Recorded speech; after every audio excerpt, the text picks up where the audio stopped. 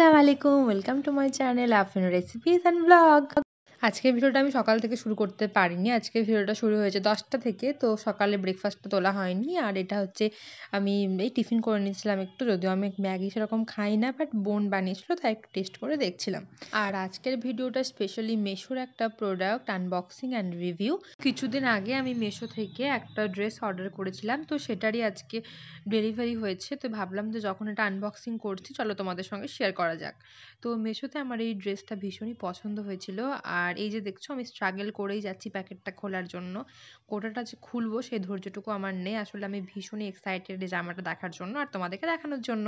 ড্রেসটা হচ্ছে একটা প্লাজো সেট। প্লাজো সেটটা হচ্ছে ওপরটা যে কুর্তিটা সেটা হচ্ছে ব্ল্যাকের ওপর কাজ করা, আর নিচে যেটা আছে সেটা হচ্ছে মানে প্লাজো টাইপের একটা ইয়ে আছে নিচে, সেটা হচ্ছে ঘিয়া কালারের। তো চলো ড্রেসটা আমি খুলে তোমাদের সঙ্গে দেখাই। তো ওপরে যেটা আছে কুর্তি, আমি যেটা বললাম, ওপরে আমি ছবি দিয়ে দিয়েছি। ছবিটা ঠিক যেমন দেখাচ্ছিল তেমনই এসেছে, কোনো অসুবিধা হয়নি এতে। বাট আমার এই যে আনন্দ, এই আনন্দটা সবটাই দুদিন পরে নষ্ট হয়ে গেছিলো। কেন কি হয়েছিল অবশ্যই তোমাদেরকে জানাবো, আগে পুরো ভিডিওটা তোমরা দেখতে থাকো। তো ড্রেসটা আসার পরে আমি এরকমভাবে খুলে দেখি যে আমার খুবই পছন্দ হয়। আর এই যে তোমাদেরকে আমি দেখাচ্ছি, ওপরে একটা প্লাজো সেট, প্লাজোটাও কিন্তু অনেক সুন্দর। আর নিচে কুর্তিতে কিন্তু অনেক সুন্দর কাজ আছে, হাতে চারপাশে খুবই সুন্দর কাজ আছে। বাট দুদিন পরার পর আমি যখন এটা কাচি, তখন দেখি যে পুরো কালো যে কালারটা সেটাই উঠে চলে এসেছে। আমার মন তো পুরো ভেঙে গেছিলো, কারণ পছন্দের জিনিস নষ্ট হয়ে গেলে কার না কষ্ট হয়। তো কালোটাও উঠে চলে এসেছে, আর এর পাশে যে গ্লিটারগুলো ছিল সেগুলোও কিন্তু সব উঠে চলে আসছে। এত সুন্দর ডিপ কালারের কুর্তিটা আমার এখন পুরো হালকা হয়ে গেছে। তো যারা এটা কিনবো ভাবছো, আমি বলবো যে তোমরা একটু আগে দেখে নাও তারপরে কিনবে। আর এরকম না যে সবারই একই হয় বা সবারই একই হয়েছে। তো কার কার এরকম হয়েছে তো অবশ্যই কিন্তু কমেন্টে তোমরা জানাবে। আমি দেখতে চাই যে আমারই হয়েছে এরকম, না এরকম হয় সবারই এই কুর্তিগুলোর ক্ষেত্রে।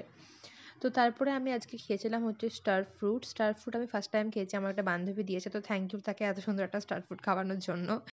আজকে দুপুরের লাঞ্চে ছিল হচ্ছে ছোট ছোট গোল গোল করে আলু ভাজা, তার সঙ্গে ছিল পেঁপে সেদ্ধ আর ছিল ডিমের একটা তরকারি। আমার পেঁপে সেদ্ধ খেতে কিন্তু ভীষণ ভালো লাগে। আজকে বানাবো আমার খুব একটা ফেভারিট রেসিপি, খুব একটা ফেভারিট মিষ্টি। মিষ্টি বলা ভুল, মানে এটা খুব সুন্দর খেতে, ক্র্যাকার টাইপের। তোমরা অবশ্যই বুঝতে পারছো আমি কি বানাতে যাচ্ছি, তো না বুঝতে পারলে পুরো ভিডিওটা দেখতে থাকো, অবশ্যই বুঝতে পারবে। তো রেসিপিটা বানানোর জন্য প্রথমে আমরা বাদামটাকে একটু রোস্ট করে নিতে হবে, এবং তারপরে আমরা বাদামটাকে এরকমভাবে ছাড়িয়ে নিচ্ছি, চোকাগুলো ছাড়িয়ে নিচ্ছি। আর এখানে করছি হচ্ছে আমাদের উইন্টারের টপ স্টার যাকে বলা হয়, বা স্টার যে হচ্ছে সেটা হচ্ছে গুড়।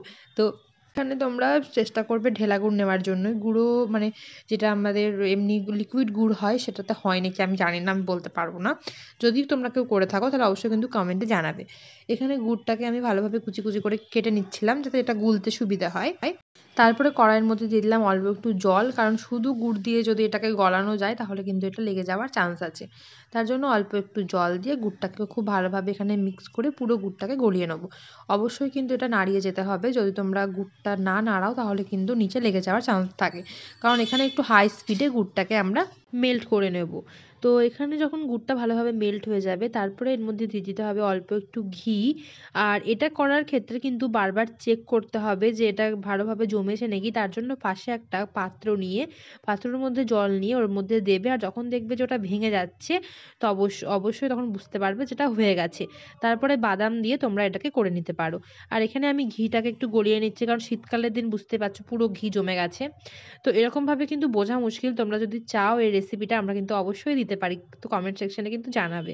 এই যে আমার গুড় বাদাম তৈরি হয়ে গেছে, আজকের মতো এতটাই, বাই বাই।